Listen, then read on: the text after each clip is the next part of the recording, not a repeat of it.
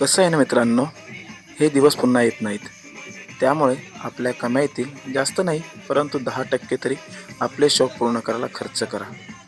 कारण घरगृहस्थी तर चालूच राहणार आहे.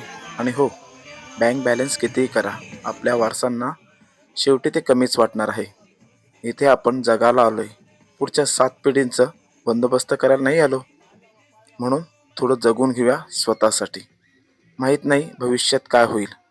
आयुष्य संपत आहे, थोड्या दिवसांनी त्याची जाणीव होईलच. म्हणून फिरून घ्या, मित्रमैत्रिणींना वेळ द्या, मजा करून घ्या आणि आयुष्याला म्हणा लव्ह यू जिंदगी. कसं आहे ना मित्रांनो, हे दिवस पुन्हा येत नाहीत.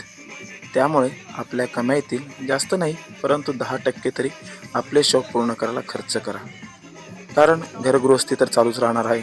आणि हो, बँक बॅलन्स कितीही करा, आपल्या वारसांना शेवटी ते कमीच वाटणार आहे. इथे आपण जगाला आलोय, पुढच्या 7 पिढींचं बंदोबस्त करायला नाही आलो. म्हणून थोडं जगून घेऊया स्वतःसाठी. माहीत नाही भविष्यात काय होईल. आयुष्य संपत आहे, थोड्या दिवसांनी त्याची जाणीव होईलच. म्हणून फिरून घ्या, मित्रमैत्रिणींना वेळ द्या, मजा करून घ्या आणि आयुष्याला म्हणा लव्ह यू जिंदगी.